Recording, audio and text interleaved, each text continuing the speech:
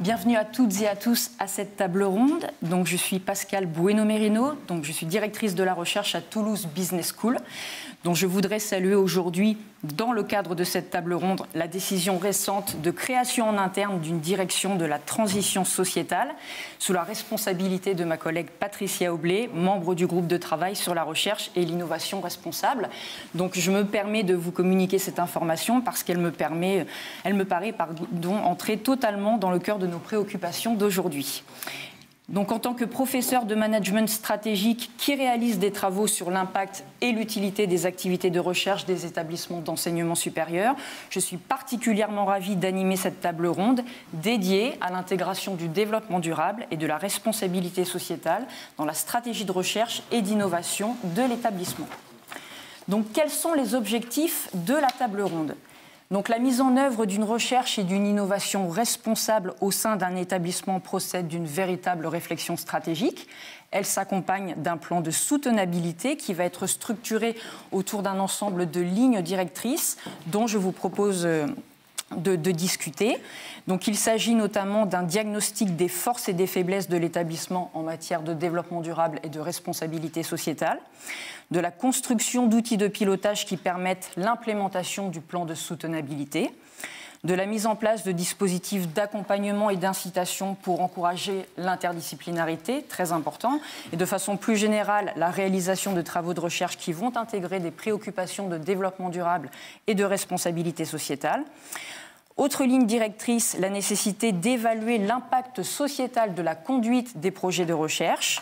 Et enfin, la nécessité de définir des périmètres d'action et d'influence au niveau local, national et international, afin de favoriser l'association d'un grand nombre d'acteurs institutionnels et de partenaires économiques. Donc, l'ensemble de ces lignes directrices vont structurer notre table ronde. Elles ont vocation, dans les faits, à susciter l'engagement de toutes les parties prenantes de l'établissement dans la réalisation des objectifs de développement durable et l'établissement donc d'un management responsable de la recherche et de l'innovation. Donc, pour contribuer à cette table ronde, nous avons le grand plaisir d'accueillir aujourd'hui 5 personnalités particulièrement concernées par la mise en œuvre d'une stratégie de recherche et d'innovation dite responsable. Donc, tout d'abord, Monsieur Benoît Malpeau, directeur des ressources humaines et du développement durable à l'Institut national de la recherche pour l'agriculture, l'alimentation et l'environnement. Madame Marie-Christine Bayetto, directrice de la recherche de l'Institut national des sciences appliquées de Lyon.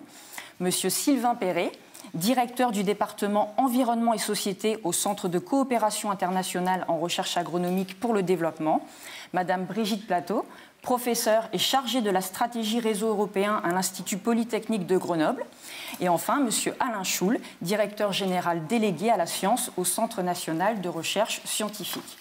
Donc, je me prépare à passer la parole à nos différents intervenants. Donc, je vais démarrer avec monsieur Benoît Malpeau. Donc, monsieur Malpeau, nous allons vous entendre sur les modalités de la mise en œuvre d'une recherche et d'une innovation responsable à l'INRAE. Vous allez notamment nous présenter les outils de pilotage que l'établissement déploie pour intégrer des objectifs de développement durable à la stratégie de recherche et d'innovation de l'établissement. Donc, je vous passe la parole, monsieur Malpeau. Merci Pascal. J'ai le grand plaisir d'être ici effectivement et de pouvoir parler de la stratégie d'INRAE. Donc INRAE est un nouvel établissement en fait puisqu'il est issu d'une fusion de l'INRA et d'IRSTAE au 1er janvier 2020. Et cette fusion a vraiment été l'occasion d'une réflexion sur le plan stratégique et de redéfinir la stratégie du nouvel établissement qui a été en fait le moteur de ce chantier de fusion. Et ça s'est traduit notamment par un document stratégique qui vient d'être soumis au conseil d'administration qui s'appelle INRAE 2030 et qui est « Partageons la science et l'innovation pour un avenir durable ». Ça part du constat que dans nos domaines de recherche, que sont l'agriculture, l'alimentation et l'environnement, on est vraiment dans un contexte de défi planétaire qui nous engage en tant qu'établissement. Je peux en citer quelques-uns, que ce soit la sécurité alimentaire et nutritionnelle d'une population de 9 milliards d'habitants, la manière de gérer durablement les ressources indispensables à la vie, que ce soit l'eau, les sols, l'air, la biodiversité, contribuer à la lutte contre le changement climatique, bien évidemment, dans nos domaines, et puis on peut également citer l'accompagnement des acteurs dans les transitions durables et économiquement viables. Donc cette stratégie d'établissement qui se veut exigeante et ambitieuse, INRAE 2030, a été construite, bien évidemment, avec des impulsions de la direction générale du collège de direction, mais également dans un mécanisme très participatif, avec la mise en place d'une plateforme où chaque agent pouvait contribuer, donc à la fois en interne, mais également en externe, donc à la fois par l'avis des parties prenantes internes et externes. Ça se traduit par 5 orientations scientifiques qui illustrent l'engagement dans le développement durable. La première d'entre elles, c'est de répondre aux enjeux environnementaux et de gérer les risques associés dans nos domaines. Je peux citer, pour exemple, de cette orientation, tout ce qui concerne l'intégration des démarches d'atténuation et d'adaptation au changement climatique dans nos domaines, tout ce qui concerne la biodiversité, à la fois en faire un patrimoine qui est mieux préservé, mais aussi en faire un levier d'action à mobiliser pour faire évoluer les systèmes agricoles et alimentaires, par exemple avec des solutions fondées sur la nature. La deuxième orientation, c'est d'accélérer les transitions vers des systèmes agricoles et alimentaires agroécologiques, en tenant compte des enjeux économiques et sociaux. Donc on est au cœur, les systèmes agricoles et alimentaires sont au cœur d'enjeux de transition majeures, qu'elles soient écologiques, numériques, sociales, géopolitiques également, qui impactent ces systèmes, et donc il y a un besoin de compréhension de ces processus et d'enjeux d'autonomie. On doit aller aussi vers des agricultures, des systèmes agricoles sans pesticides de synthèse, par exemple, voilà, pour ne citer que quelques exemples. Une troisième orientation, c'est la bioéconomie basée sur une utilisation sobre et circulaire des ressources. Une quatrième approche qui est particulièrement d'actualité, c'est de favoriser une approche globale de la santé, que ce soit la santé des végétaux, des animaux, des humains et de l'environnement. Et puis enfin, une cinquième orientation qui est beaucoup plus transversale, qui est de mobiliser la science des données et technologies, du numérique au service de toutes ces transitions. Donc ça, c'est les orientations scientifiques, et ce document stratégique se complète par des orientations de politique générale. Et il y en a 3, et j'en prendrai une, qui est clairement une stratégie RSE de responsabilité sociale et environnementale. Cette stratégie a pour objectif de reconnaître le fait, comme je viens de le dire, que INRAE est un acteur majeur des sciences de la durabilité et des enjeux contribuant au développement durable. Et ce que l'on souhaite, c'est qu'il y ait une cohérence interne entre nos enjeux scientifiques, nos questions scientifiques et notre manière de fonctionner. Et c'est ça tout l'objet, donc, de mettre de la convergence entre nos activités scientifiques, nos valeurs et bien évidemment nos pratiques internes. Donc l'enjeu de cette stratégie RSE, c'est de mesurer et d'analyser les impacts de nos décisions, de nos activités sur la société et sur l'environnement, pour les faire évoluer, bien évidemment, en ayant un comportement qui se veut éthique, transparent, et qui implique des parties prenantes internes et externes. Cette stratégie RSE est bien évidemment complémentaire et en articulation de l'investissement d'INRAE dans les problématiques scientifiques qui sont liées au développement durable.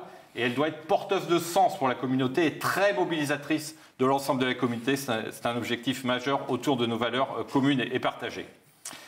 Je rebondis sur l'intervention de Valérie Delmotte-Masson ce matin avec l'importance d'avoir une vision systémique pour cette stratégie RSE. Et c'est précisément ce que nous essayons de faire avec cette stratégie qui est sous pilotage direct de la présidence et du collège de direction d'INRAE, et qui est portée dans sa partie opérationnelle par la direction que je dirige, la direction des ressources humaines et du développement durable, et qui bénéficiera également d'un comité d'orientation composé de parties prenantes internes et externes, qui sera chargé, comme son nom l'indique, de l'orientation et du suivi de cette stratégie. Elle également construite en interaction avec 4 axes principaux qui sont définis autour de cette stratégie, des questions de gouvernance, des questions autour du fait d'être un employeur responsable, et le lien avec les ressources humaines, bien évidemment, des actions ambitieuses autour d'un plan carbone interne et une volonté de réduction d'impact sur des questions de mobilité, d'achat, de bâtiments, voilà. Et puis enfin, le 4e axe, qui est le développement de l'engagement social dans le développement durable par notre action. Alors, une fois qu'on a établi ces stratégies, c'est la question, bien évidemment, c'est comment on décline cette stratégie. Ce qu'on ne veut pas d'avoir, bien évidemment, un document, mais que ça ait réellement un impact dans l'établissement. Donc, la stratégie qui est ainsi définie, c'est un cadre de référence pour l'ensemble de l'établissement qui va se traduire dans les stratégies scientifiques des départements de recherche et également dans les centres et les directions, et puis à terme, bien évidemment, dans les projets d'unité. Ça s'accompagne également de programmes incitatifs et interdisciplinaires. On a par exemple des métaprogrammes qui ont cet objectif autour d'enjeux identifié et considérable de mettre en action en mobilisant l'ensemble de la communauté de manière interdisciplinaire. Ça se traduit également dans notre partenariat. Dans notre partenariat, aussi bien dans la stratégie de l'établissement au sein des politiques de site ESR, on est également fortement impliqué dans plusieurs projets territoires d'innovation où on porte ces problématiques, et puis bien évidemment dans nos partenariats académiques et dans toute notre implication dans la diplomatie scientifique internationale et les différentes organisations. Ça se traduit également par un accent fort mis sur la déontologie, l'intégrité scientifique et l'éthique des projets de recherche, avec la mise en place d'une délégation, d'une charte autour de ces questions qui, là encore, constitue un cadre de référence, et puis également un comité consultatif d'éthique qui permet d'éclairer les décisions, la stratégie scientifique. Et puis enfin, un engagement fort dans les relations sciences-société. Alors, vous posiez la question également des outils de pilotage et de comment on vérifie, on s'assure des avancées de cette stratégie. C'est à la fois, bien évidemment, le fait d'avoir une stratégie, c'est un élément important. C'est à la fois des outils de pilotage a posteriori, et c'est notamment par l'utilisation d'outils bibliométriques, scientométrie, qui permet de vérifier notamment vis-à-vis des objectifs de développement durable comment nous nous situons, et INRAE est parmi les 10 premiers organismes de recherche publics mondiaux contributeurs aux ODD. C'est également un suivi in itinéré, en cours de processus, par des recherches qui sont dédiées aux indicateurs et à la métrique de la durabilité, qui est un axe important. Et puis également, en termes d'interaction avec les départements scientifiques, c'est des revues annuelles des réalisations et des avancées stratégiques de ces départements. Sur la stratégie RSE plus particulièrement, là, il y aura un certain nombre d'indicateurs qui sont mesurés. Il y a déjà un bilan carbone de l'établissement qui nous a permis de définir les cibles sur lesquelles on va pouvoir avancer le plus rapidement possible pour réduire notre impact. Ça se traduira également par des mesures sur les déchets, sur la biodiversité. Ça se traduira également par les interactions fortes avec le collectif Labo 1.5 qui a été mentionné. On doit avoir effectivement des actions complémentaires entre nous et travailler ensemble. Et puis on a aussi besoin de se confronter à l'extérieur, au regard extérieur, et ça se traduit par différentes démarches. Une implication d'une quarantaine d'unités de l'établissement dans le système de management environnemental. Ça se traduit également par des labellisations, comme l'an dernier, en fin d'année, la labellisation sur l'égalité professionnelle et la lutte contre les discriminations, et bien évidemment la volonté de nous engager dans la labellisation des DRS dont il est question aujourd'hui. Voilà pour l'essentiel de ce que je voulais dire en introduction. Parfait, merci beaucoup Monsieur Malpeau pour cette présentation très éclairante et très pertinente. Donc j'ai une première question qui vient d'arriver de la part des internautes. Donc vous avez parlé du rapport au territoire, donc la nécessité d'appartenir au territoire d'innovation, donc la nécessité donc d'impacter son territoire. Or là, la première question porte plutôt sur le développement international. Le développement durable est-il inclus aussi dans la dimension internationale de la stratégie de recherche et d'innovation? Plus précisément, on nous donne l'exemple de la mobilité des chercheurs, des doctorants, quid des colloques? Alors, comme je le disais, la stratégie INRAE 2030 a été construite par un dispositif très participatif avec la mise en place d'une plateforme, et nous avons été presque surpris par le nombre de contributions autour de ces questions-là. Et on sent qu'il y a réellement une prise de conscience dans l'établissement, et le nombre de contributions, de propositions très concrètes sur ces questions de mobilité internationale, de la manière, sur les pratiques de recherche, plus généralement, était très importante. Donc ça, ce sont effectivement des axes de réflexion sur les congrès scientifiques, la manière dont on contribue, on organise des congrès scientifiques, la manière dont on se déplace, la manière dont on organise les collaborations à l'échelle internationale. Donc ça, c'est un premier axe en termes de pratique. Et le deuxième axe, c'est bien évidemment d'être très actif dans les collaborations internationales sur les questions les questions scientifiques de développement durable. Très bien. Je pense que nous aurons l'occasion tous ensemble, à la fin de cette table ronde, de donner d'autres exemples. Donc, je vais passer la parole à Madame Bayetto. Donc, Madame Bayetto, vous vous êtes proposée de présenter aujourd'hui la stratégie de recherche responsable de l'INSA Lyon, donc en mettant en avant notamment la définition de 5 enjeux sociétaux qui, si je l'ai bien compris, ont été co-construits avec vos laboratoires de recherche. Vous allez également parler de la structuration de votre activité de recherche autour de projets pluridisciplinaires et utiles pour la société. Et vous mettrez également en évidence l'importance de la complémentarité entre sciences exactes et sciences humaines et sociales. Voilà, je n'ai fait que donner des exemples. Je vous passe la parole pour l'ensemble de votre intervention. Merci beaucoup. Merci beaucoup Pascal. Donc, tout d'abord, je voulais remercier les organisateurs de ce colloque, de ce séminaire, de m'avoir invité, parce que c'est vraiment quelque chose qui, au niveau de l'INSA de Lyon, nous tient particulièrement à cœur. Donc, merci.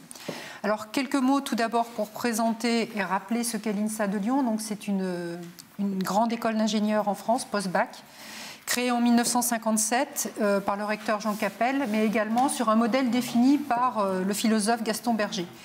Et ceci, c'est important de le rappeler parce que c'est au cœur même de notre établissement ce qui fonde son engagement, ses valeurs. C'est-à-dire, notre objectif, c'est de former des ingénieurs citoyens avec un niveau scientifique et technique très bon, excellent, mais également de former des ingénieurs citoyens donc ouverts et formés à la responsabilité sociétale. Donc cela constitue vraiment le fil rouge de notre activité.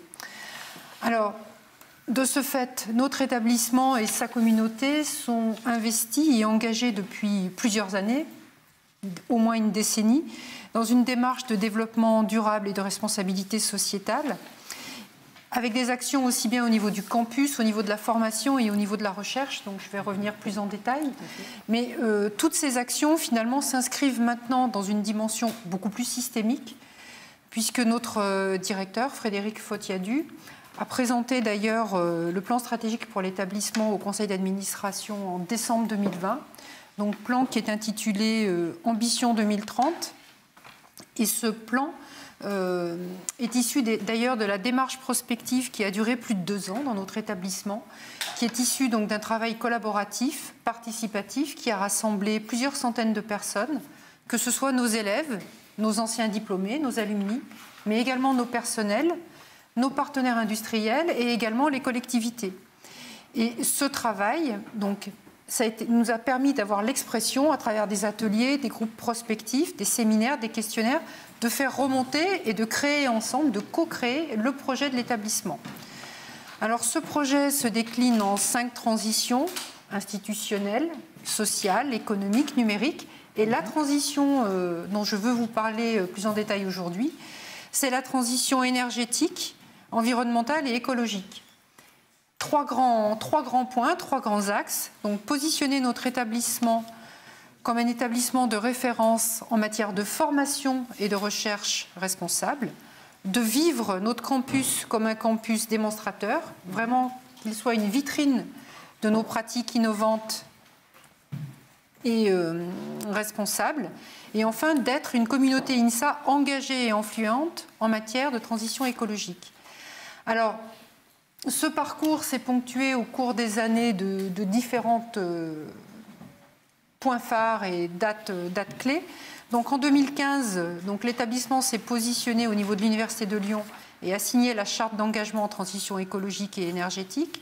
En 2016, donc une charte d'engagement étudiante pour un INSA plus durable. Et puis nous nous sommes également engagés avec la création d'un comité de pilotage des DRS dans l'engagement pour obtenir le label des DRS que nous avons finalement obtenu en 2019. Alors, avant d'aller sur la recherche, un point important sur la formation. Donc l'INSA de Lyon, c'est une synergie étroite entre formation et recherche. Et au niveau de la formation de nos élèves, nous avons entrepris une évolution profonde de la formation qui va leur être dispensée, en réponse justement à la quête de sens à la fois de nos élèves et de nos personnels. Et donc le but, c'est que nos élèves soient des acteurs formés, aptes à se saisir des enjeux et outillés pour, une fois qu'ils seront en place dans les entreprises qui vont les employer, d'être à même de déployer des solutions qui permettront de mesurer les impacts environnementaux des solutions qu'ils vont déployer. Donc, et pour cela, donc cette évolution de la formation se décline au niveau de l'INSA de Lyon, mais également au niveau du groupe INSA. Et pour cela, nous sommes accompagnés par ce Shift Project. Alors, si nous venons maintenant au niveau de la recherche, donc la recherche au niveau de l'INSA est structurée autour de 5 enjeux sociétaux, et cela en cohérence avec la stratégie nationale de la recherche, mais également la recherche au niveau de l'Europe, Et bien entendu, ces 5 enjeux s'inscrivent complètement dans les défis au niveau des ODD. Alors ces 5 enjeux, ce sont notamment énergie pour un développement durable, environnement, milieu naturel, industriel et urbain, transport, infrastructure, structure et mobilité, santé et bio-ingénierie, et enfin numérique, informatique et société numérique. Donc, ce qui est extrêmement important pour nous et notre fil conducteur, c'est de développer une recherche d'excellence, mais également une recherche qui interroge et qui se place sur le champ de la responsabilité sociétale. Alors, pourquoi et comment ? Donc, cette dimension de responsabilité est pour nous primordiale, puisqu'elle qualifie notre engagement à nous interroger sur l'impact de nos travaux de recherche, sur la société et sur son évolution. Donc ça veut dire que ce soit un impact économique, un impact philosophique, un impact éthique et également un impact, bien entendu, sur le changement climatique. Donc il nous paraît essentiel d'être en mesure d'éclairer les choix scientifiques et techniques et ainsi de se positionner sur des trajectoires via une analyse rigoureuse et en incluant donc la dimension des usages, de l'acceptabilité et de la responsabilité sociétale. Alors, comment est-ce que nous avons fait cela d'un point de vue opérationnel ? Donc, tout d'abord, je me suis entourée d'une équipe avec 5 adjoints, chacun en charge d'un de ces 5 enjeux. Et nous avons ensuite créé des groupes de travail, donc en mobilisant nos entités de recherche, en leur demandant de se positionner sur un ou plusieurs enjeux, de ces 5 enjeux, en fonction de leur taille et de leur thématique de recherche. Nous avons ainsi pu créer des groupes de référents enjeux qui travaillent ensemble en développant une approche pluridisciplinaire. Et ainsi, nous sommes en capacité d'adresser une problématique sur toute la chaîne de valeur en associant des compétences différentes. Et à chaque fois, nous essayons et nous voulons associer un questionnement sur la pratique de nos recherches au niveau de notre recherche fondamentale et appliquée. Alors bien entendu, notre recherche, nous nous positionnons vraiment sur les thématiques au cœur de la stratégie bas carbone. Nous travaillons sur les énergies renouvelables, avec notamment des thématiques au niveau de la production, du stockage, de la distribution, du mix énergétique, au niveau du transport, sur les nouvelles motorisations, et puis comment est-ce que finalement ces travaux vont se déployer au niveau de l'aménagement du territoire. Également au niveau du numérique, donc l'IA, le big data, la responsabilité au niveau des questions que pose la sobriété, la frugalité, et puis également, bien entendu, au niveau de la conception, de l'économie circulaire, du traitement des déchets. Donc, alors cette structuration de la recherche autour des 5 enjeux, nous l'avons conduite également à l'échelle du groupe INSA, et donc j'anime la commission recherche au niveau du groupe INSA, et ainsi l'INSA de Toulouse, Rouen, Rennes ont maintenant décliné cette stratégie au niveau de leur établissement. Strasbourg, Centre Val-de-Loire sont en train de le faire. Et puis INSA Hauts-de-France, qui nous a rejoint récemment, est également en train de travailler dans cette direction. Alors, ce que je voudrais dire, c'est qu'au-delà des travaux de recherche qui sont menés dans nos entités, au-delà de l'impulsion institutionnelle, nous avons également mis en place donc, des financements pour inciter et amener les enseignants-chercheurs à se positionner. Ainsi, chaque année, au niveau de nos contrats doctoraux, nous en positionnons 5, un sur chaque enjeu. Et sur chacun de ces enjeux doctoraux, nous mettons également des financements pour que soit conduit en parallèle des recherches sur cette dimension sociétale avec des enseignants-chercheurs du domaine SHS, donc qui interrogent le côté philosophique ou économique des recherches, on va dire, sciences exactes. Et plus récemment, nous avons travaillé donc, au niveau de l'établissement et la fondation INSA a été à l'origine de la création de nouveaux outils, alors que nous appelons des alliances, qui sont des objets précurseurs et complètement originaux. Donc ces alliances ont pour objectif d'articuler science et société. Donc l'idée, c'est de mettre finalement sous une forme innovante, de développer des partenariats à fort impact sociétal. Donc nous mettons ensemble donc, les compétences de nos établissements, formation, recherche, puisque nos étudiants y participent, des entreprises qui vont participer sous la forme du mécénat, et puis des organisations qui viennent avec une cause sociétale, humanitaire, sur laquelle ils ont besoin d'être accompagnés au niveau des défis scientifiques qu'ils doivent relever. Et quelques exemples. Donc, nous avons inauguré en novembre 2020 l'Alliance Atmo, qui a été mise en place avec l'Observatoire de la surveillance de la qualité de l'air en Auvergne-Rhône-Alpes. Donc là, l'enjeu, c'est la qualité de l'air, la surveillance de cette qualité de l'air. Et donc, le but, c'est d'aider Atmo à développer, à devenir un observatoire participatif, collaboratif, en recueillant des données de tous les citoyens pour suivre notamment la qualité de l'air et être en mesure, à partir de ces données, de mettre en œuvre des modèles pour prévoir et représenter la qualité de l'air. Donc nous sommes à la recherche de mécènes. Le premier mécène sur cette alliance, c'est la Compagnie nationale du Rhône. Un autre exemple, nous allons inaugurer à la fin de ce mois-ci une alliance avec Handicap International, donc que je ne présente pas, qui a des problématiques autour de la réadaptation fonctionnelle, mais également le déminage de zones de guerre. Et donc là, pareil, nous mettons les compétences de nos élèves ingénieurs qui vont travailler sur des projets de fin d'études, de nos personnels qui vont encadrer ces projets et qui vont travailler sur des projets de recherche avec des doctorats pour apporter des réponses à cette réadaptation fonctionnelle. Comment est-ce que l'on peut fabriquer et mettre à disposition des prothèses, des orthèses, à disposition dans des territoires peu développés, donc en utilisant par exemple les techniques de conception, fabrication, impression additive, avec des techniques low cost également. Comment est-ce que nous pouvons améliorer et accélérer le déminage de zones de guerre? Donc actuellement, il y a des capteurs, il y a des drones qui survolent les zones concernées. Donc l'objectif ici, c'est d'ajouter des capteurs, de récupérer, de collecter les données et en travaillant avec l'intelligence artificielle, l'apprentissage automatique, eh bien, être en mesure d'identifier où ces mines sont déposées.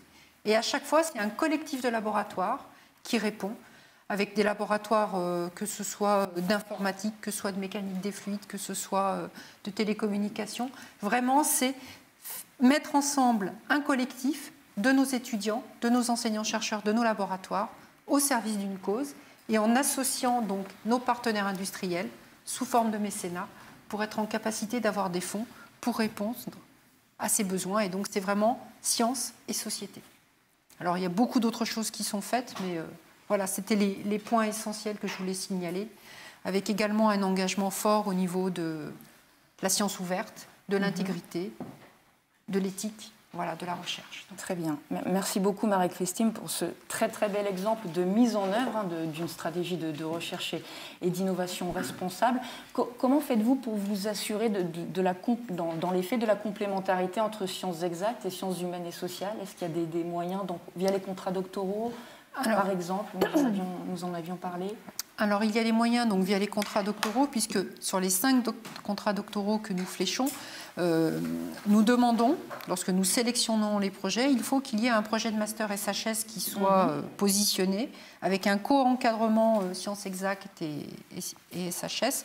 Mais au-delà de ça, par exemple, quand nous avons un projet bonus qualité recherche au niveau de l'établissement, et lorsque nos enseignants-chercheurs postulent pour ces projets, nous leur demandons d'être en capacité de se questionner sur l'impact des travaux de recherche et d'intégrer donc la démarche développement durable dans leurs projets.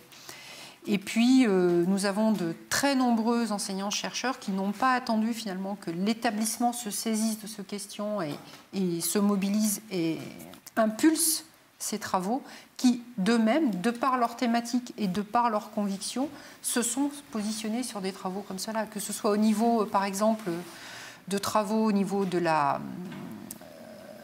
rejets des eaux pluviales, que ce soit au niveau de travaux sur la pollution, les nuisances des motorisations pour le transport routier. Et puis nous avons également tout un transfert de ces recherches, de ces pratiques au niveau de notre campus, puisque notre campus est éco-démonstrateur et nous avons par exemple des travaux qui sont vraiment transférés directement au niveau que ce soit la qualité de l'air avec l'instrumentation de capteurs sur notre campus pour suivre la qualité de l'air, que ce soit des mesures au niveau du rejet des eaux usées, par exemple. Très bien. Merci beaucoup Marie-Christine. Je vais passer la parole à Sylvain Perret, donc directeur du département environnement et société au CIRAD. Donc Sylvain, vous nous proposez ce matin de parler des méthodes d'évaluation ex post et ex ante des projets de recherche, mais également de l'évaluation de l'impact des recherches conduites sur les changements externes, notamment pour favoriser la durabilité de systèmes agricoles. Donc on vous écoute avec grand plaisir. Merci pour l'invitation, merci pour l'opportunité. Et comme tu viens de le dire, je vais descendre à ce grain-là en laissant de côté toutes les dimensions RSE qui sont conduites au CIRAD et de focaliser peut-être sur cette, sans doute et sûrement même sur cette dimension de la contribution de projets de recherche en réponse aux enjeux sociétaux. Avant de commencer cette contribution, je voudrais juste que l'on comprenne bien ma contribution à l'aune de ce qu'est le CIRAD, un organisme de recherche dédié aux pays du Sud et qui a comme mandat d'accompagner le développement agricole, agroalimentaire, rural, la protection des écosystèmes et des ressources renouvelables dans les pays du Sud, la biodiversité également. Et avec des leviers très forts qui me semblent être assez caractéristiques de notre organisation, c'est le partenariat, quasiment comme une fin en soi, parce que pour nous, c'est une façon de travailler avec les pays du Sud, de forger des partenariats dans la durée. Le deuxième levier important, c'est l'augmentation de capacité de ces différents acteurs avec lesquels nous travaillons, ces partenaires et les différents opérateurs qui font partie prenante de ce processus de développement. Et puis enfin, un mode opératoire en mode projet qui est quand même assez marqué dans notre organisation, du fait de son modèle économique. Nous sommes un EPIC. Voilà, donc je vais me focaliser sur cette contribution des projets de recherche. Il me semble qu'au CIRAD, nous avons suffisamment avancé avec une démarche que l'on qualifie aujourd'hui de IMPRESS, Impact of Research in the South, impact de la recherche au Sud, et qui est quasiment labellisé, on peut le dire comme ça. En tout cas, on a beaucoup capitalisé dessus, et donc je vais vous en parler rapidement avec ces différentes composantes. Peut-être avant cela, pourquoi nous sommes-nous tellement focalisés, avons mis tellement d'efforts pour essayer d'évaluer mieux notre impact par rapport aux grands enjeux de société. Il me semble qu'il y a deux raisons de réflexion qui convergent autour de ça. D'abord, la recherche agricole, globalement, est perçue de façon assez ambivalente quand même. Il y a beaucoup d'attentes sur elle et ses résultats et ses productions sont reconnus. Mais en même temps, nous manipulons le génome, il faut dire les choses comme elles sont. Le cas des OGM est présent, il y a différentes crises sanitaires, nutritionnelles qui émergent et on nous interroge et nous n'avons pas toujours les réponses qui seraient attendues de notre part. Donc, par rapport à cette perception ambivalente que nous devons accepter, il faut clarifier un peu ce que l'on fait et mieux expliquer la chaîne d'événements qui se font depuis des intentions de recherche, puis des activités de recherche, jusqu'à des impacts, qu'ils soient négatifs ou positifs. Le deuxième élément de réflexion qui est important à prendre en compte, c'est les ODD quand même. Ça a été évoqué à plusieurs reprises depuis le début de cette table ronde et les différentes sessions. Il y en a 17 et rapidement, on peut se dire qu'il y en a une bonne dizaine dans lesquelles la recherche agricole est interpellée et pour lesquelles nous pouvons agir. Alors, les ODD, nous, dans l'établissement, on les perçoit comme des boussoles politiques, très importantes, très intéressantes, mais ce ne sont que des boussoles. Et pour utiliser un aphorisme un peu rapide, ce n'est pas la boussole qui fait avancer le navire. Et donc, il nous faut passer à des actions concrètes, sur le terrain, des changements. Parce que là, il ne faut pas se raconter d'histoire. Aller vers de la durabilité, ça voudra dire quelques sacrifices, des changements de pratiques, d'organisation, d'institutions, de manière à avancer, faire progresser les systèmes agricoles, agroalimentaires vers plus de durabilité. Donc c'est ça qui nous interpelle beaucoup. Donc voilà un petit peu en gros pourquoi nous sommes engagés. Donc on a commencé cette réflexion en fait bien avant que les ODD soient sortis en 2015. À la fin des années 90, on avait commencé à réfléchir avec d'ailleurs des institutions partenaires telles que l'INRA, telles que l'IRD, sur ces questions au Sud et ailleurs, sur les questions agricoles et leur impact sociaux, environnementaux, etc. Depuis 2014, nous avons inscrit dans les documents stratégiques de l'établissement cette volonté, ce que l'on appelle l'ambition impact de l'établissement. Et puis, en 2018, nous avons vraiment institutionnalisé au sens où une petite équipe existe, l'équipe IMPRESS, comme on l'appelle, et elle a cette originalité d'être attachée à la fois à une UMR de recherche sur le site de Montpellier, l'UMR Innovation et Développement, pour la partie développement conceptuel, méthodologique et capitalisation scientifique. Et puis, elle a un double rattachement avec un volet à la direction de l'impact et du marketing de la science pour l'accompagnement des projets. Comment monter des projets pour qu'ils atteignent des ODD, des objectifs, des impacts. Donc voilà un petit peu pour le background un petit peu institutionnel. Alors les grands principes, je ne peux pas rentrer dans le détail des méthodes, de la méthode employée avec le temps imparti, mais on peut se dire trois grands principes ont été retenus. D'abord, la recherche, on doit se détourner d'une démarche un peu attributive. La recherche n'est pas seule, nous avons une approche contributive de la recherche dans un réseau d'acteurs assez fourni, que je ne décrirai pas là, mais qui est assez important. Et d'ailleurs, les études de cas que nous avons conduites nous ont montré que ces réseaux d'acteurs étaient très importants pour dénouer le réseau d'innovation qui conduit à des impacts finaux dans les sociétés. La recherche a un rôle important, mais elle n'est pas seule. Donc c'est notre contribution que nous cherchons à décortiquer et non pas s'attribuer les mérites d'avoir atteint telle ou telle réduction de pauvreté ou augmentation de sécurisation alimentaire, etc. Alors, on essaye d'être un peu plus raisonnable et reconnaître la multiplicité des partenaires. Le deuxième élément important, c'est de se dire que ces systèmes d'innovation, ces processus sont complexes. Ils n'appartiennent pas à la recherche, ce sont des processus sociétaux dans lesquels, encore une fois, beaucoup de partenaires sont impliqués. Et donc, une des résultantes de ça, c'est que nous devons être assez réflexifs sur nos propres pratiques systémiques, comme ça a été dit tout à l'heure, celles de nos partenaires, beaucoup engager la pluridisciplinarité, parce que beaucoup de disciplines au CIRAD sont impliquées dans la plupart des grands changements sur lesquels nous voulons opérer. Le partenariat et la participation sont des pièces maîtresses de ce que nous faisons. Enfin, le troisième concept, je dirais, ou principe que nous utilisons, c'est le concept de théorie de changement. Des opérateurs se donnent une vision sur un futur souhaitable ou ce qu'ils souhaiteraient atteindre, et ça peut être un ODD, ça peut être tout ça souvent ramené à un périmètre actionnable où on peut être opérationnel, donc un territoire, une filière agroalimentaire, une communauté rurale. Et ensuite, on essaye de débobiner la série d'actions impliquant la recherche, mais aussi d'autres partenaires, qui vont pouvoir organiser les conditions pour que cet objectif soit atteint. Et cette chaîne de causalité avec les hypothèses qui doivent être explicitées, que l'on formule, qui constitue ce chemin d'impact, comme on l'appelle, cette théorie de changement. Donc voilà pour les principes. Alors, je l'ai dit, je le redis d'une autre façon, ce lien entre la recherche fait de la recherche, un processus d'innovation se met en place et des impacts sociétaux se sont avérés et sont observables, autant se dire tout de suite que ce chemin, il n'est ni direct, ni linéaire, ni court. Donc une fois qu'on s'est dit ça et qu'il y avait une multiplicité d'acteurs et d'intervenants, voilà un petit peu la base qu'on peut se donner. Alors, nous sommes des chercheurs, donc on va regarder qu'est-ce qu'on fait nous. La recherche, il y a 4 grands blocs sur lesquels nous intervenons dans cette chaîne que je viens de décrire rapidement. D'abord, la recherche a besoin de ressources. Elle mobilise des ressources. Et là, des produits immédiats, des connaissances, des représentations du monde, des modèles, des brevets, des publications, etc. On est encore loin des impacts, là, j'insiste bien. En troisième bloc, ce sont des résultats. On n'est encore pas dans des impacts, mais des éléments de la société, des petits morceaux, certains acteurs s'emparent de ces résultats et commencent à s'auto-former, font expérimentent, modifient. Et on est vraiment dans le processus d'innovation. Et enfin, tout au bout de la chaîne, quatrième bloc, le changement, qui est à des pans plus importants dans des écosystèmes ou des systèmes sociaux. Et on a là véritablement un impact. Donc cette méthode a été appliquée de façon ex post, comme on le dit, impress ex post, c'est-à-dire après que des projets aient été engagés, et on a pu comme ça décortiquer ce chemin d'impact. Là où nous en sommes actuellement, c'est de faire évoluer la méthode pour travailler en reverse engineering, en bon français, c'est-à-dire de travailler en l'envers.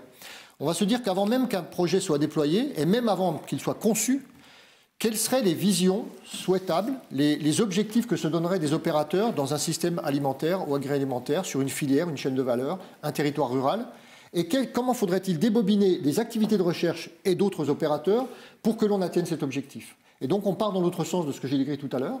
Ça, c'est la démarche Impress ex ante que nous sommes en train de caler en ce moment.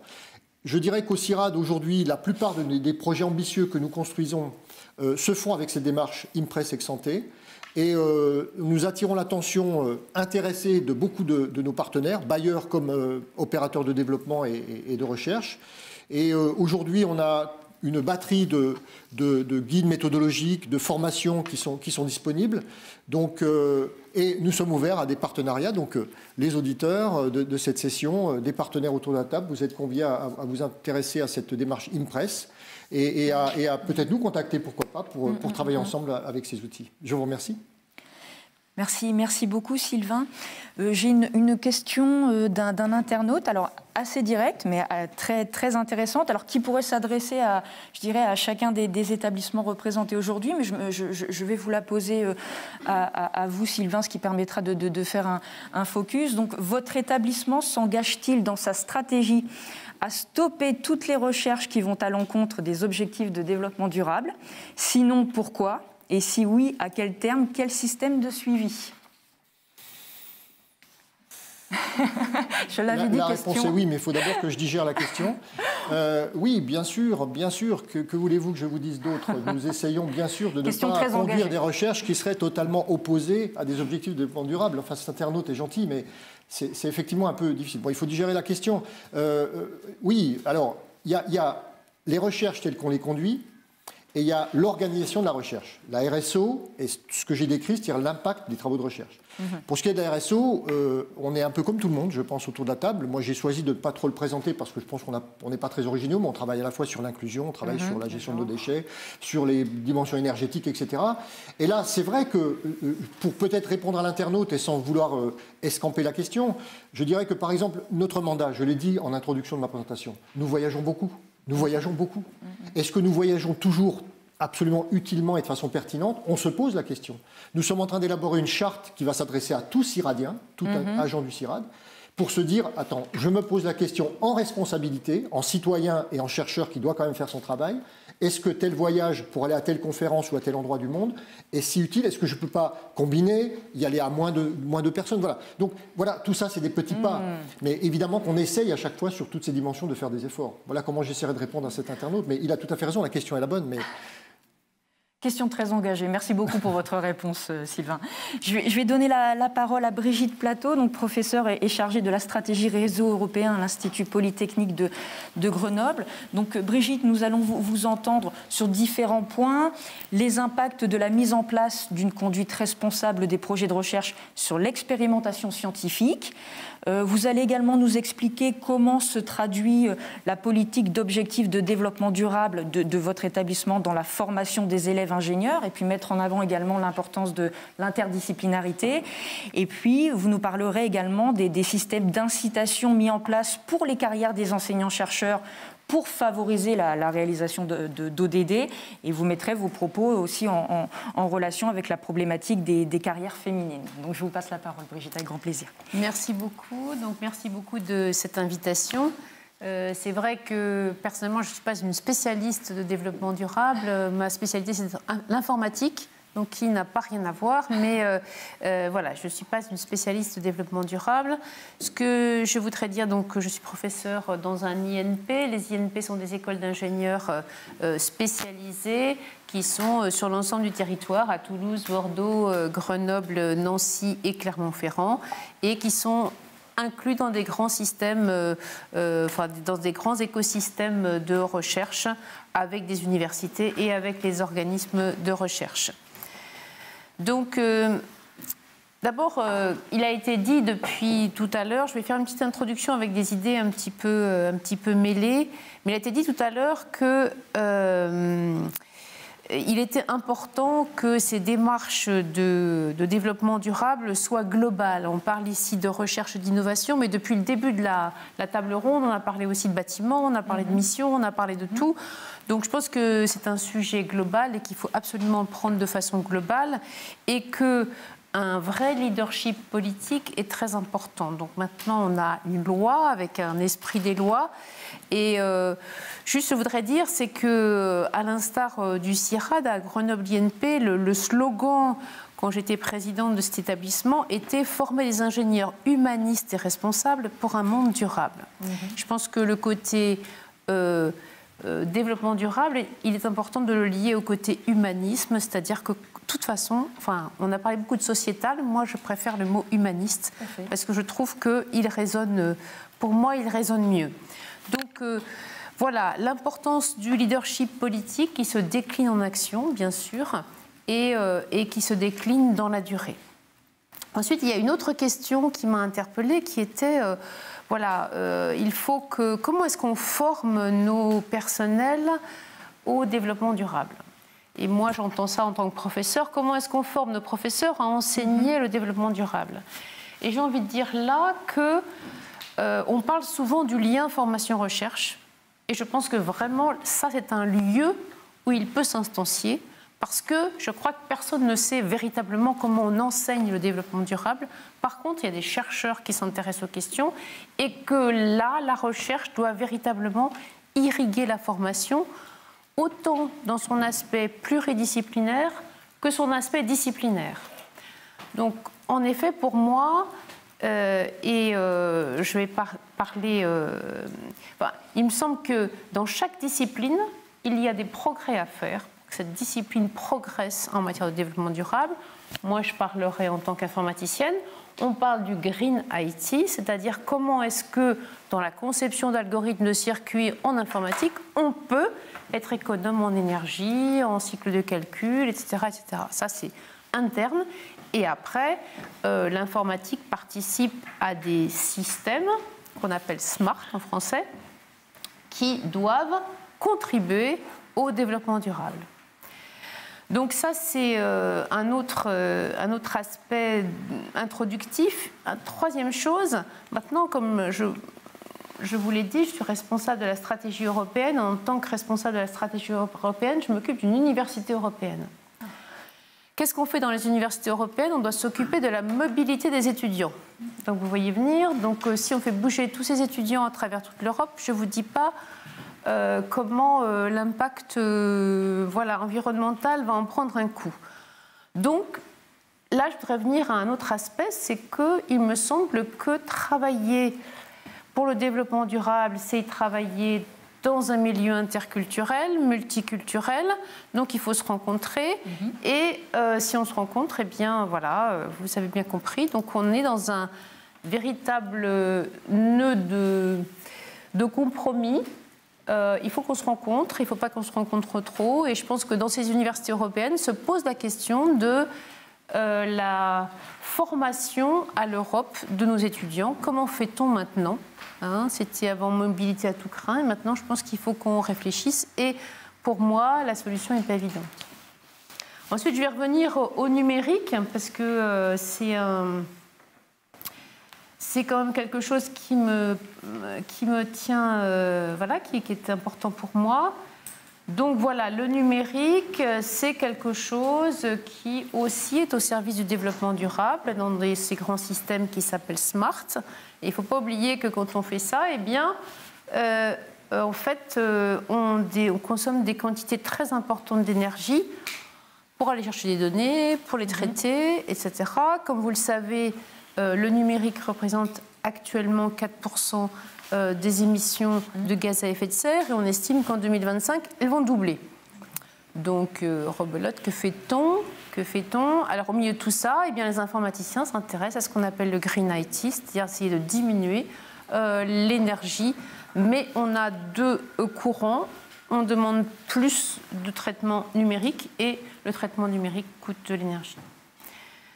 Voilà, donc aussi je voudrais dire ici que je suis présidente de l'association qui s'appelle Talents du numérique, et que cette association qui regroupe des écoles, des universités qui enseignent le numérique, eh bien, développe des actions pour que tous les acteurs qui enseignent le numérique enseignent aussi le Green IT, pour que le sujet empreinte environnementale soit partie prenante de tous les cursus d'étudiants ingénieurs en numérique, et enfin que la partie management aussi, dans le sens management et changement des organisations, fasse partie aussi de ces programmes. Voilà, concernant le sujet recherche, donc on a bien entendu tout ce qui peut être fait dans le financement de la recherche, dans le pilotage de la recherche, pour inciter les chercheurs à s'intéresser au développement durable. Je voudrais dire qu'il est important que les objectifs de développement durable d'une recherche soient explicités. Par contre, il est aussi important qu'on fasse un petit peu attention à la façon dont on demande aux laboratoires de surveiller, si j'ose dire, leur empreinte carbone. Il est vrai qu'il y avait les missions, il y a les matériels qu'on utilise, il y a les matériaux qu'on achète, mais j'ai entendu dire, par exemple, que certaines institutions demandent à faire le bilan carbone des expérimentations de laboratoire. Moi, j'ai envie de dire que là, il faut peut-être faire un tout petit peu attention. On a beaucoup discuté, et je pense que c'est très légitime, du principe de précaution. Et je pense que là aussi, il faut qu'en matière de développement durable, on s'interroge sur est-il légitime de comment peut-on se poser cette question pour une expérimentation de façon qui ne soit pas bloquante et qui soit utile pour la science. Voilà, je voudrais dire que là comme ailleurs, il faut savoir raison garder et considérer que c'est l'esprit de la chose et l'objectif final qui compte et pas forcément le petit détail d'utilisation d'une expérimentation. Le troisième sujet, donc, comme vous l'aviez dit, c'est la traduction de la politique de développement durable dans la formation des élèves ingénieurs. Bon, comme vous le savez, la formation, c'est la priorité 1 de l'Europe en matière d'action pour le développement durable. Donc, bien sûr, en tant qu'enseignants, nous devons nous atteler à cette tâche. En plus, en tous les cas, les jeunes que je rencontre recherchent dans leur formation du sens. Ils veulent savoir pourquoi ils travaillent. Et c'est vrai que l'avenir de la planète est pour eux un enjeu extrêmement important et travailler pour l'avenir de la planète, c'est extrêmement important. Donc du coup, j'allais dire pour une fois, non pas que pour une fois, mais en tous les cas là, on a une espèce de convergence d'intérêts entre des jeunes qui cherchent du sens et en fait un vrai message à faire passer. Donc je crois que finalement, il est relativement facile de faire rentrer ce réflexe auprès de nos jeunes, de réfléchir à, un ingénieur qui doit donc fabriquer des machines, des systèmes, de réfléchir à l'impact en termes de développement durable et à la frugalité possible et nécessaire de la démarche. Donc, eh bien, nous fournissons à nos jeunes des outils de réflexion, des outils de bilan, des outils aussi éthiques, déontologiques, mais aussi des études, des cas d'espèce, parce qu'il est aussi très important de se confronter à la réalité en matière de développement durable. Donc des projets de recherche ou d'entrepreneuriat interdisciplinaire autour de problématiques de transition qui sont, pour certaines écoles, proposées par des acteurs de territoire et ils sont très très intéressés par ça. Des projets d'entrepreneuriat social et puis aussi quelquefois et souvent ils sont mis dans des exemples d'injonctions contradictoires. Je vais citer un exemple, un projet d'innovation autour des technologies à basse consommation mais qui se situe à Mumbai. Donc les étudiants partent 2 semaines, d'accord, donc pour faire un prototypage rapide avec des acteurs locaux, donc de l'interculturalité, du contact avec la réalité de terrain. Donc l'interdisciplinarité était là, l'interculturalité était là, la co-construction, etc. Et un bilan carbone qui peut être interrogé. Voilà. Donc, je pense que c'est important aussi de comprendre cela. Donc, nous essayons de sensibiliser nos étudiants à la complexité de cet enjeu dans autant les aspects théoriques que les aspects de réalisation.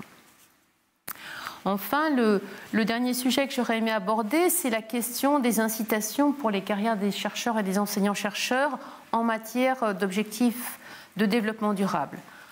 Donc, on l'a dit beaucoup, il y a des incitations au niveau des projets, au niveau du financement de la recherche et personnellement, je pense que c'est le meilleur outil. Je ne crois pas en la coercition, surtout pour les chercheurs, mais en particulier pour plein de gens, mais en particulier pour les chercheurs et les chercheuses.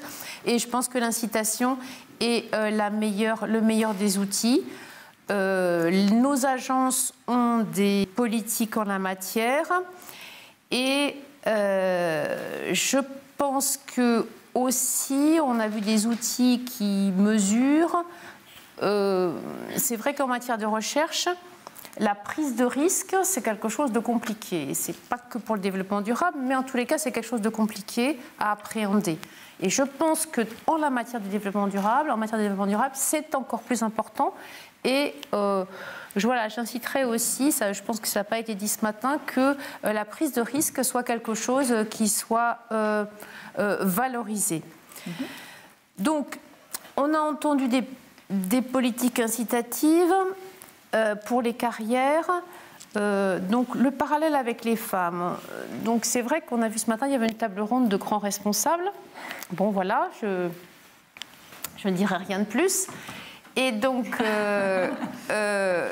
on sait qu'en la matière, la place des femmes dans les positions de responsabilité, dans la rapidité des carrières est compliquée. Donc, les outils qu'on essaie d'utiliser, c'est quoi? C'est avoir quelque part des incitations, mais aussi des obligations, avoir des labellisations, avoir des quotas. Il y a des outils comme ça sur lesquels les femmes sont obligées de réfléchir, parce qu'autrement, si on met pas ça en place, eh bien, rien ne se passe. Donc voilà, peut-être qu'on peut aussi réfléchir à ce type d'outils en matière de développement durable. Pas d'obligation, mais quand même des incitations, on va dire, un petit peu musclées. Voilà. Donc, je vais m'arrêter là. Voilà, je voudrais dire que pour moi, puisqu'on parlait d'outils, en matière de développement durable, il me semble que le leadership, l'esprit des lois, l'incitation, la participation de tous sont des lignes directrices importantes. Le lien recherche-formation, le côté pluridisciplinaire, mais aussi l'approfondissement d'une discipline. Le fait que faire du développement durable, c'est pas quelque chose de simple. Il faut réfléchir. Il y a toujours des contradictions, il y a toujours des compromis à trouver. Que c'est un endroit où il faut sûrement détecter les pionniers, prendre des risques, et enfin réfléchir à des choses peut-être un petit peu qui impliquent, comme les labels, les quotas. Je pense qu'on peut réfléchir à ça. Voilà, je vous remercie beaucoup de votre... Merci beaucoup, Brigitte, pour cette mise en avant de toutes les injonctions paradoxales qui doivent être traitées quand même en matière de développement durable et de RSE. Je vais passer la parole à Alain Schul, donc directeur général délégué à la science au CNRS, donc, qui va bien évidemment nous présenter les modalités de la mise en œuvre de la recherche et d'innovation responsable du CNRS, et puis également focaliser sur l'organisation à mettre en place pour déployer cette stratégie, des exemples d'outils de pilotage. Je vous passe la parole, Monsieur Schul. Merci beaucoup. Merci beaucoup. Je vais rappeler un peu d'abord le Centre national de la recherche scientifique a pour vocation à faire avancer les connaissances, et ce, dans l'ensemble du champ de l'ensemble du champ des connaissances. Et donc, notre vocation, c'est de faire de la recherche essentiellement fondamentale et d'excellence. Et ça, c'est important parce qu'il y a une manière très simple de diminuer l'empreinte environnementale de la recherche, c'est de la supprimer. Et donc, non, on est là, et donc on n'est pas là pour faire de la recherche médiocre, on est là pour faire de la recherche d'excellence et de faire en sorte qu'elle soit aussi compatible avec les objectifs de développement durable.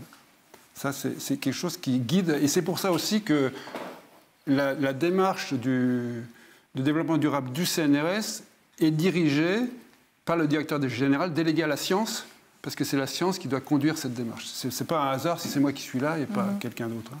C'est ça. Alors, je vais parler de 4 aspects de notre... D'abord, la recherche qu'on fait qui est reliée avec les objectifs de développement durable et l'agenda 2030. Et bien sûr, on est actif de par la dimension. Et je dirais même que quand je parle du CNRS et des laboratoires du CNRS, immédiatement, je parle des laboratoires du CNRS et de ses partenaires, en fait, de ses partenaires universitaires, parce que l'intégralité de nos laboratoires sont des UMR, en fait. Donc ça, c'est important. On est intégré on a des actions dans les 17 ODD, mais plus que ça, on a signé avec l'État, il y a 1 an, notre contrat d'objectifs et de performance. Et dans le contrat d'objectifs et de performance du CNRS, on a introduit 6 grands défis sociétaux. Et je vais les citer parce que c'est important, c'est le changement climatique, les inégalités éducatives, l'intelligence artificielle, santé et environnement, territoire du futur et transition énergétique. On voit bien là qu'on pourrait mettre les 17 objectifs de développement durable à l'intérieur de ces...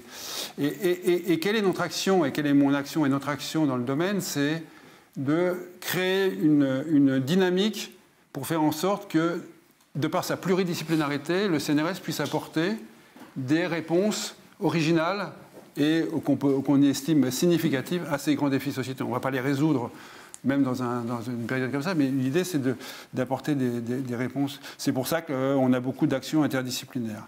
On a parlé de thèses tout à l'heure. Effectivement, on met une trentaine de thèses sur ces défis, et je vais en citer 2 qui sont importantes. C'est qu'on a aussi mis des thèses sur la réflexion sur la démarche elle-même, qui est le sujet de la table ronde d'aujourd'hui. C'est-à-dire, on a 2 thèses.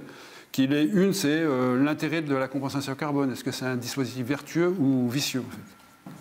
Et aussi une autre, qui est une thèse plus à l'interface entre le droit et la philosophie expérimentale, qui est d'explorer la nature comme bien public, sans valeur marchande, qui est une notion assez importante.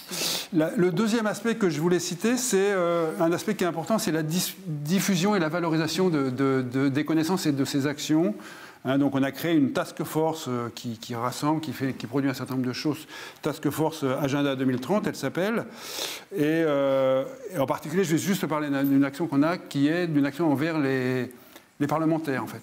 On travaille beaucoup avec l'OPEX, mais pas que. On a réussi à avoir au sein du CNRS une réunion plénière de la commission culturelle de l'Assemblée nationale, qui s'est réunie au sein du CNRS et auquel l'idée de mobiliser, de faire connaître la recherche, ce qui se fait en recherche auprès des décideurs publics, c'est quelque chose d'important et sur lequel on pense qu'on peut avoir, par notre surface d'action, une responsabilité importante.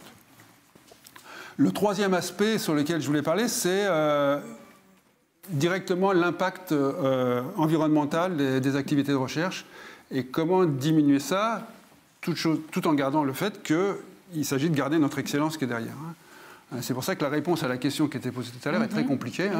Faire avancer les connaissances, on ne va pas décider quelles sont les connaissances qui sont ou pas compatibles avec le développement durable, ce qui n'empêche pas d'avoir une réflexion là-dessus. Voilà, donc on a fait un certain nombre de choses. On a eu il y a un an un grand colloque. On a questionné les 1000 directeurs de laboratoire sur les actions qu'ils menaient et on s'est aperçu qu'il y avait beaucoup de chercheurs, de laboratoires qui avaient déjà pris en main ce genre de questionnement et qui s'étaient mobilisés. Je voudrais juste citer, là, j'ai une action qui est une action grenobloise aussi, qui est Ma Terre en 180 minutes, qui est un premier outil interactif. C'est un espèce de jeu qui permettent de construire des scénarios et pour réduire son empreinte carbone. Alors je vais être un petit peu peut-être différent de ce qu'a dit Brigitte, au sens où nous, on a demandé à nos 1000 directeurs d'unité de se doter d'un thermomètre pour mesurer leur empreinte carbone. Et encore une fois, c'est pas pour, dans une démarche d'arrêter ou de diminuer des recherches, c'est dans une démarche de réflexion, et je suis même persuadé que non seulement on peut réduire l'empreinte carbone sans diminuer l'efficacité de la recherche, mais on peut même y gagner de l'efficacité. Parce qu'on parlait des mobilités, il y a aussi une espèce il y a beaucoup de chercheurs qui sont constamment en déplacement. Et si on leur disait que ce n'est pas important pour eux, et ça serait plus efficace pour eux, ils seraient très contents d'arrêter aussi de bouger tout le temps. Il y a une vraie réflexion sur la recherche qui pourrait la rendre encore plus efficace si on en diminuait l'impact carbone. On a travaillé avec le collectif Labo 1.5 à 2 niveaux et on a fait une chose qui est peut-être pas... mais qui est peut-être sur le côté, mais qui est importante, c'est qu'on a rendu compatible, grâce à notre service juridique et à notre action, on a rendu compatible leur outil de mesure d'empreinte carbone avec la RGPD. Parce qu'il y a beaucoup de questions qui sont derrière, et pour qu'on puisse l'utiliser, pour que ça puisse être utilisé, il fallait que ça soit quand même compatible avec la loi, et donc avec la RGPD. Et on a travaillé avec eux là-dessus, on est en train de créer avec eux un GDR sur un groupement de recherche, ce qui va animer les recherches dans le domaine, sur cette démarche Et encore une fois, c'est un groupement de recherche qui va travailler sur la démarche. On a créé, alors ça c'est aussi important, on a créé un comité développement durable au CNRS qui regroupe l'ensemble des directions fonctionnelles, hein, parce que bien sûr on parlait des achats, on parlait des RH. Hein. Juste une petite incise d'ailleurs, c'est ce qui est remonté des laboratoires, c'est qu'il y a 3 postes importants qui sont dans l'empreinte carbone des laboratoires. C'est 1, la mobilité internationale, 2, et à égalité, le numérique, et tout ça sachant que c'est très difficile de mesurer l'impact du numérique, et troisièmement, les trajets domicile-travail. Hein, et il y a, je veux dire, en ce moment, grâce au confinement, on diminue beaucoup d'impact sur le trajet domicile-travail, on en augmente peut-être un peu sur le numérique, mais donc il y a des mesures RH hein, sur le télétravail, qui resteront bien sûr après, qui sont à prendre et qui ont des impacts directs sur notre impact qui est là-dessus. Voilà ce que je voulais dire. Qu'est-ce que je voulais rajouter? Donc on a créé ce comité développement durable avec l'ensemble des directions fonctionnelles intégrées et puis aussi une dizaine de chercheurs, 10 chercheurs qui sont des représentants des 10 instituts du CNRS qui représentent les 10 thématiques et qui travaillent, qui a fait des groupes de travail qui travaillent. Il y en a un sur la mobilité, l'autre sur le numérique, l'autre sur les achats, hein, rendre compatibles nos évaluations des offres d'achat en fonction de... Hein, je veux dire, aujourd'hui, on est presque obligé d'acheter des pipettes en plastique, alors que ça aurait peut-être un sens plus intelligent, mais il faut encore travailler sur les procédures d'achat et les rendre, et des fois changer même la loi pour faire un certain nombre de choses. Je ne parle pas du bâtiment sur lequel on est ainsi là-dessus. L'autre aspect que je voulais dire, c'est ce travail.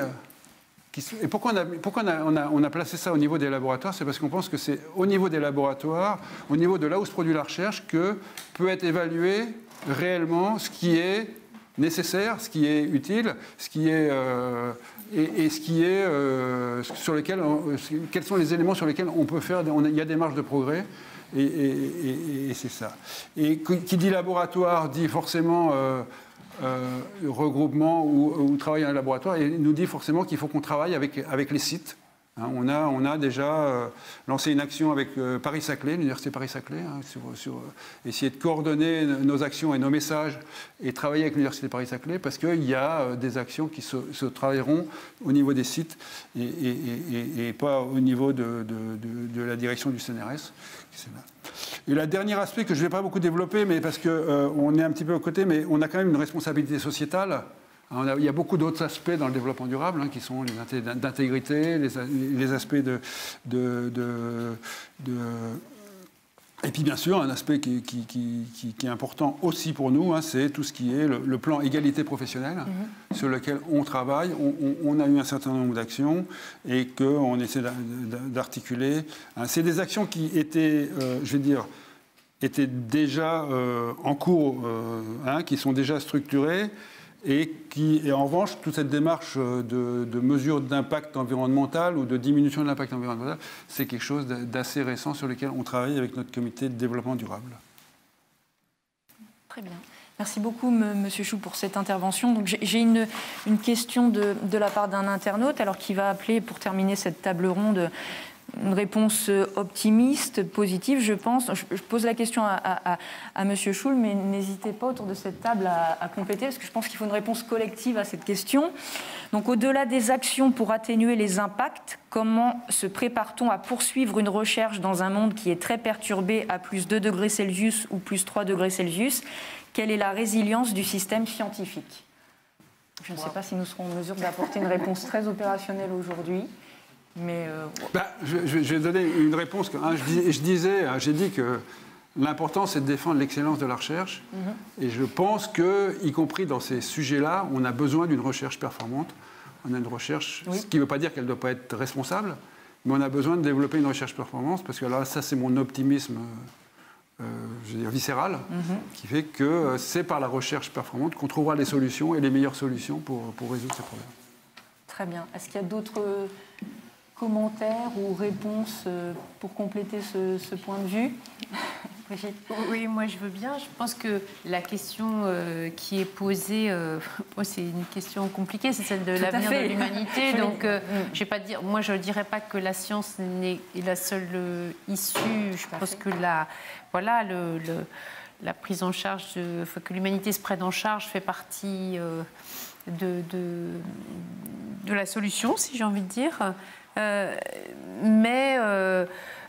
Pour en revenir au sujet qui nous concerne, qui est la science, je crois qu'on est beaucoup autour de cette table à avoir une vision de confiance et d'humanisme vis-à-vis de la science, que la science peut participer justement à cette élaboration du destin de l'humanité, malgré la constatation que nous avons commis de nombreuses erreurs. Et moi, je suis partie de celles qui considèrent que c'est pas trop tard et qu'il faut absolument qu'on y aille. Et que sans doute qu'une gestion de tout ça par les valeurs et par le sens, comme vous l'avez évoqué tout à l'heure, permettra justement de contribuer à cette résilience, si on peut parler de résilience du système scientifique. J'avais une dernière... Peut-être juste pour dire, en tous les cas, quand on est en contact avec la jeunesse, je pense qu'avec les jeunes, les étudiants, je crois que ça donne toute confiance.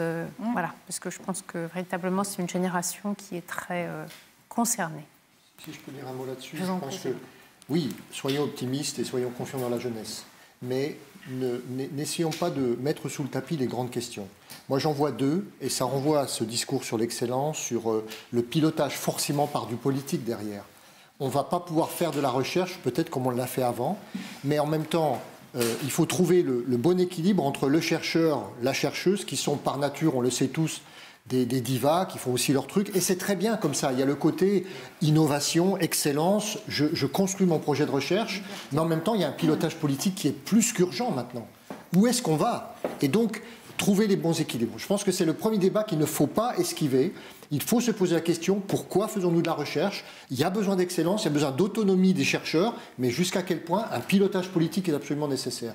Le deuxième niveau d'arbitrage, ça renvoie un peu, j'ai réfléchi à la question du premier auditeur, c'est la question finalement des compromis. Vous l'avez abordé, Brigitte. Est-ce qu'on peut tout cocher? Est-ce que toutes les cases peuvent être cochées? Quand on regarde les 17 ODD, sur le principe, oui, c'est super, on est inclusif, on ne pollue plus, on fait tout super bien. Quand on va concrètement sur un terrain, on l'a vu récemment avec le cas, je ne prends pas de position là-dessus, mais betterave, glyphosate, c'est le politique qui a tranché. Ce sera le glyphosate. Parce que des milliers d'emplois, etc. Alors que, bon, voilà. Donc ça arrive tous les jours sur des territoires, sur des systèmes alimentaires, sur des systèmes agricoles. Il y a des arbitrages à faire. On ne pourra pas toujours tout cocher, les 17 objectifs du développement durable. Et ça, c'est aussi notre responsabilité des chercheurs, d'avoir les systèmes d'évaluation multicritères, pluridisciplinaires, pour être capable d'orienter le politique qui, lui, devra faire les choix. C'est lui qui décidera. Mais voilà, pour moi, les deux champs de débat qu'il ne faut pas esquiver, qu'il faut vraiment engager les jeunes à y réfléchir avec nous. La posture du chercheur, entre autonomie et quelque part respect d'orientations politiques qui sont données, et puis ces histoires de compromis qui me paraissent très importantes. On ne pourra pas toujours tout avoir. Et donc, qui fait le choix? Comment on argumente, on apporte des éléments pour que ces choix soient faits de la façon la plus intelligente possible? Ça donne vraiment de l'importance au rôle de la stratégie, parce qu'élaborer une stratégie, c'est faire des choix, donner des priorités, et donc effectivement se positionner sur des directions particulières. Et je rejoins effectivement ce qu'ont dit Brigitte et Marie-Christine sur la nécessité que la recherche et la formation s'irriguent. Et puis dans la formation et au contact des étudiants, on ira aussi chercher cette motivation pour justement mettre en place des valeurs humanistes et mettre en place un développement durable beaucoup plus important. Je pense qu'on a le temps pour une dernière petite question, je pense. Là qui s'adresse du coup à Benoît Malpeau, donc concernant spécifiquement, c'est une question vraiment spécifique sur l'INRAE. Donc comment sont déclinés vos objectifs stratégiques dans vos unités INRAE? Comment l'INRAE compte-t-il accompagner les unités de recherche dans la stratégie de RSE? Donc c'est décliné, c'est vraiment les départements de recherche, les départements scientifiques qui sont le maillon essentiel, puisque bien évidemment ils vont repenser leur stratégie en ayant en regard la stratégie RSE qui a été déployée, et également les centres de recherche. Et c'est dans l'interaction entre les départements et les unités, notamment au moment de la construction des projets d'unités en amont de l'évaluation HCERS, que cette déclinaison pourra se faire et irriguer les projets d'unité. pense que cette question elle aurait pu être posée à l'ensemble des intervenants. Est-ce que certains ou certaines d'entre vous souhaitent apporter des points relativement à leur établissement par rapport à... Vous mettiez tout à l'heure aussi le fait que la stratégie de recherche va s'étendre à l'ensemble des INSA. Alors, cette stratégie et la structuration en 5 enjeux est déclinée au niveau de tous les INSA. Hein. Elle est déployée dans tous les INSA ou en cours de déploiement. Mais pour rebondir sur ce point, c'est-à-dire qu'on a... Donc dans nos établissements, dans notre établissement, ce que l'on met en place dans nos entités, pour nos entités et à l'échelle de l'établissement, c'est une stratégie et une incitation, un accompagnement.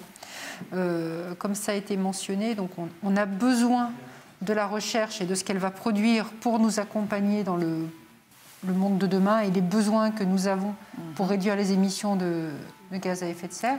On a également beaucoup de chercheurs qui se sont mobilisés d'eux-mêmes pour se positionner sur ces sujets.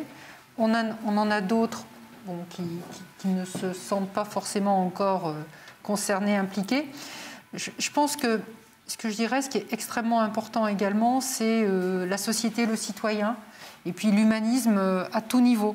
Parce que la science va produire des résultats, des connaissances, des compétences.